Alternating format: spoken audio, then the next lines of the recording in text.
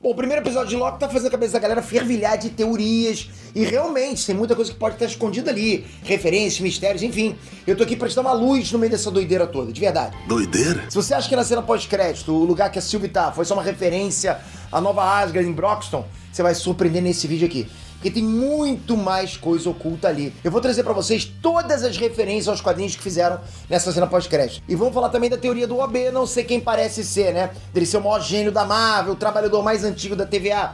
Tem muita coisa pra gente começar. Pega um biscoitinho aí, faz uma pipoca, enfim. Bora analisar. Vamos lá.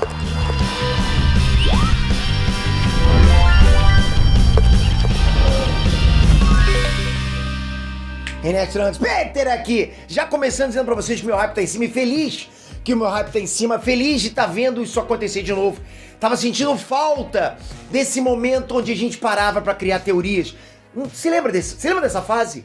Que fase boa, né? Que fase boa. As fases boas desse canal aqui, Torneio do Poder, Dragon Ball Super, aí aquela fase entre Vingadores, Guerra Infinita e Ultimato. Isso foi insano pra esse canal, foi insano não pra esse canal, mas pra toda a cultura pop. Todos os blogs do mundo inteiro, todos os canais do YouTube do mundo inteiro, fazendo teorias, conversando e galera vindo, assistindo todo dia. É como se o filme não tivesse acabado. Loki tá trazendo isso de volta. Não, logicamente, daquele tamanho, mas relativamente parecido, cara. Isso é muito bacana. E eu adoro quando vocês mandam nos comentários as teorias de vocês, quando vocês perguntam também o que pode estar acontecendo, porque isso ajuda a gente também a trazer vídeos pra vocês, né? A responder as suas perguntas. Mas enfim, bora falar sobre a cena pós-crédito por tópicos, ok?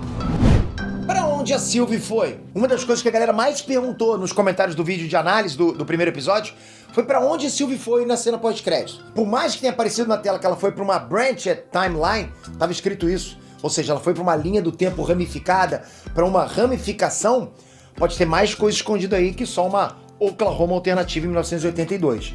Para começar, existe a possibilidade que essa linha do tempo ramificada seja a linha do tempo original da Sylvie. A Sylvie foi arrancada da linha do tempo original dela quando ela era criança. Então existe a chance dela ter ido pra linha dela agora pra poder viver lá. Tiraram isso dela, ela quer voltar a ter isso, né? A linha do tempo dela tinha sido apagada pela TVA. Mas agora, como o multiverso renasceu, a linha do tempo natal dela pode estar lá de novo. Pouca gente parou pra pensar nisso. Enfim, a gente viu a Sylvie se encantando pelas pessoas vivendo uma vida normal. A gente viu ela querendo experimentar todos os sabores de sanduíche do McDonald's. Provavelmente ela não vai ter dinheiro pra pagar, né? As contas dela no McDonald's, vai ter que ficar trabalhando ali no McDonald's depois pra bancar a conta fiada que ela fez, né? Acho que sim, né? Mas analisando a outra parte, analisando o Oklahoma em 1982, isso pode ter vários significados. Primeiro, pensem comigo, pensem. Geralmente, as pessoas só falam os anos do século passado com os dois números finais. Tipo, isso foi lá em 94, isso foi em 82. Não é assim? Né? Indo por essa lógica, a gente pode ir atrás do que aconteceu em Thor, na edição número 82. Essa HQ se passa justamente no meio do principal Ragnarok que já aconteceu na mitologia do Thor, nos quadrinhos da Marvel. É basicamente o exército de Asgard enfrentando os exércitos unidos de todos os inimigos deles. E pra quem não sabe, depois que os deuses de Asgard morrem nesse Ragnarok, que é um evento de destruição em massa do povo asgardiano, depois de um tempo eles renascem na Terra. O povo asgardiano morre e depois renascem na Terra. E o Thor, que renasceu com o poder do Odin, né, a Odin Force, era rei de Asgard e tudo mais. Ele traz Asgard pra Terra. Adivinha pra qual lugar na Terra? Justamente Oklahoma. Olha isso. A nova Asgard passa a ficar em cima de Oklahoma, flutuando realmente, sabe? Toda a cidade, que ela é surreal. Só que é engraçado porque no início ela não tava flutuando, né? Porque nessa aqui é engraçado que os policiais vão lá reclamar com o Thor, dizendo que ele não pode botar uma cidade no solo de Oklahoma. Aí o Thor vai lá e faz a cidade flutuar. Agora não tá mais no solo. Ele falou isso. O resultado foi que vocês têm aí uma mistura de deuses asgardianos e pessoas do interior de Oklahoma interagindo entre si no dia a dia. Deuses e homens convivendo, tipo indo no supermercado, só fazendo compras. É muito legal isso. Que é basicamente o que a Sylvie tá fazendo na série, entrando no McDonald's. Lembrando que nessa fase dos quadrinhos das HQs do Thor, Em Nome do Pai e Renascer dos Deuses, o Loki tava com corpo de mulher. Ele era Lady Loki na época. Olha como tá batendo as coisas, né? Nos quadrinhos vocês sabem, né? Loki já teve todo tipo de idade, todo tipo de forma, de gênero. Ele sempre foi assim, até na mitologia. Ele é tipo Orochimaru, pra você que curte Naruto. Mas no caso da Sylvie, o Loki como Lady Loki é justamente a inspiração pra ideia dela. Então é mais uma referência aí, ok? Pode ser que planejem fazer algo mais nessa Oklahoma nos próximos episódios, mas por enquanto as referências são só essas mesmas, sabe? É Lady Locke, é o Ragnarok e o Renascer dos Deuses na cidade de Oklahoma. Só que pode ter mais uma referência escondida aí se a gente buscar o que estava acontecendo com o Locke na Marvel em 1982. O que a Marvel estava publicando em 1982. E aí a gente vai chegar num dos momentos mais emblemáticos do Locke em toda a cronologia dele na Marvel Comics, toda, nos quadrinhos, inteiro. Porque em 1982 foi o momento em que o Locke finalmente teve a redenção dele, pediu perdão pro pai e ajudou a Asgard. Ele começa a história do lado dos vilões de uma invasão a Asgard digna de um Ragnarok. Tipo, vilãozaço mesmo.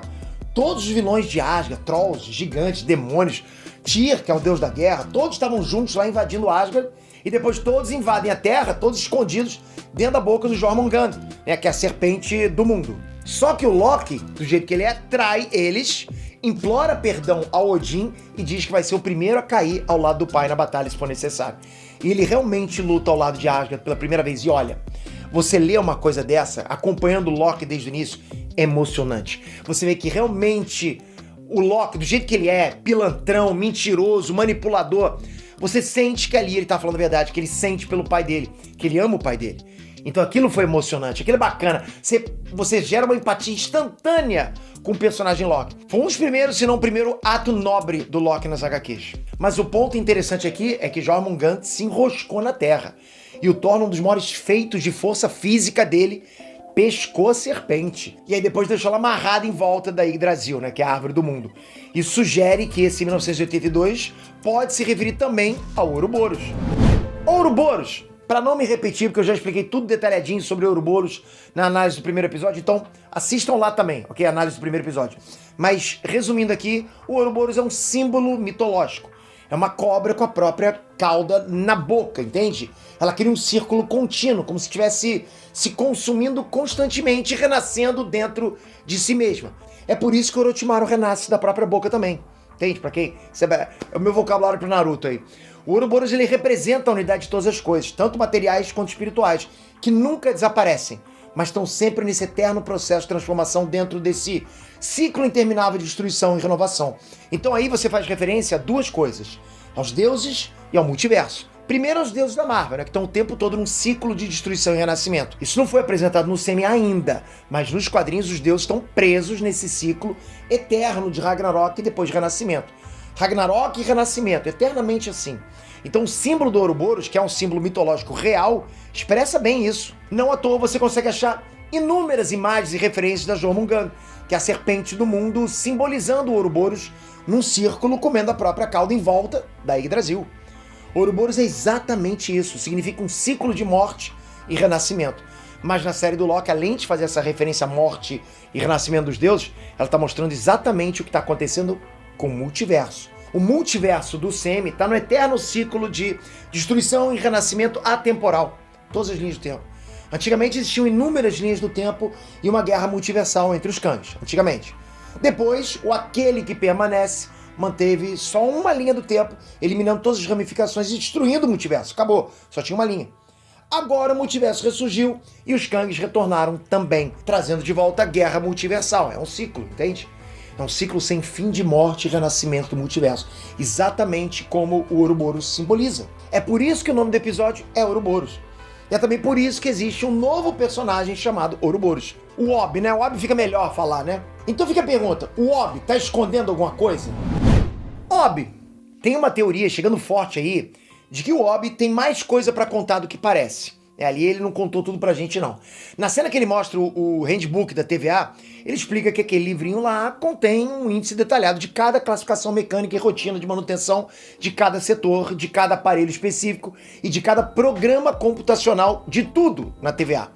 E a gente tá falando da tecnologia absurda da TVA. Ou seja, o Obi já entrou aí na lista dos maiores gênios do CM só pra entender tudo sobre as tecnologias de lá. Ou seja, ele já tá no ranking dos caras que, mais entendem de tudo, né?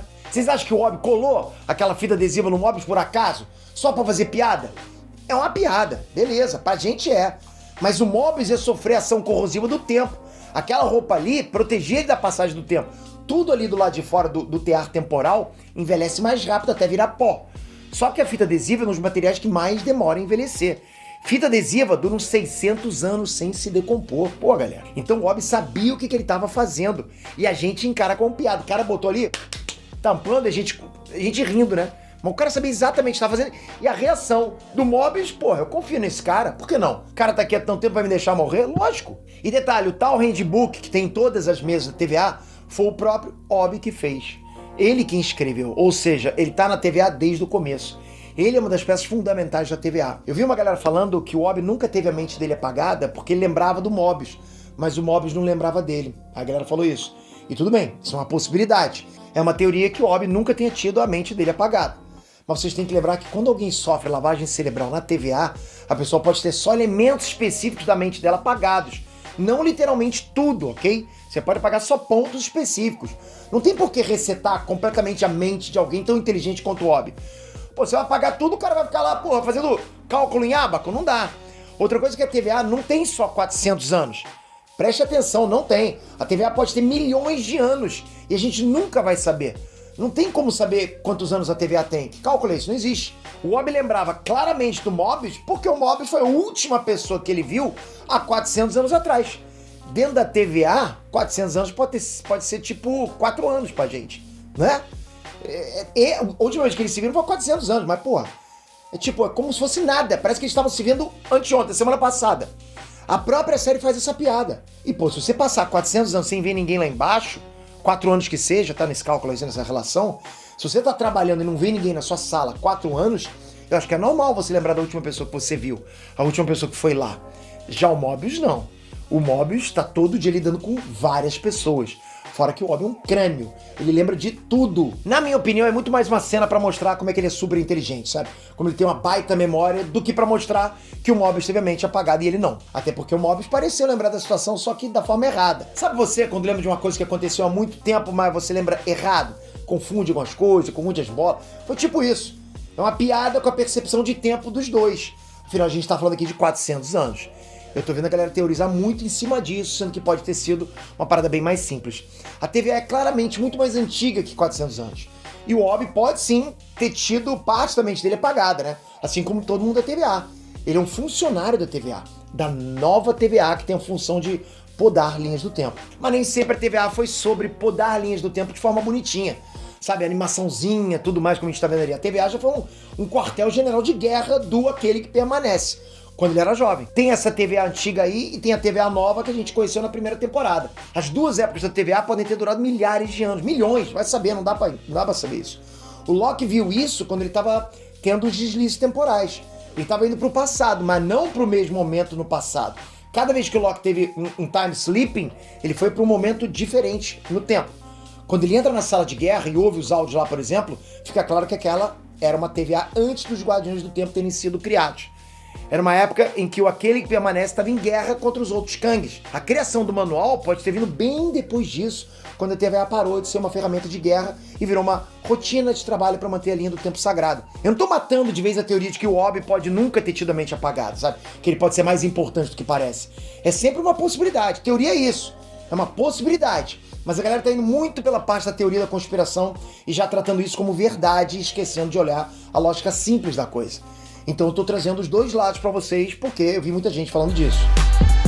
Enfim, eu acho que esse vídeo responde algumas das principais perguntas do episódio 1, mas vão ter mais vídeos do Loki aqui no canal, muito mais. Então se inscreve no canal tocando aqui, mas com o sininho ativado, para você não perder as próximas teorias. Vamos voltar esse hype, galera, é bom demais ter você aí. E isso pra mim complementa a nossa experiência de assistir o Universo Marvel, o Universo Super-Heróis. Obrigado por isso, conto com você já no próximo vídeo. Inscrito, manda seu comentário aqui. Valeu, galera, fui!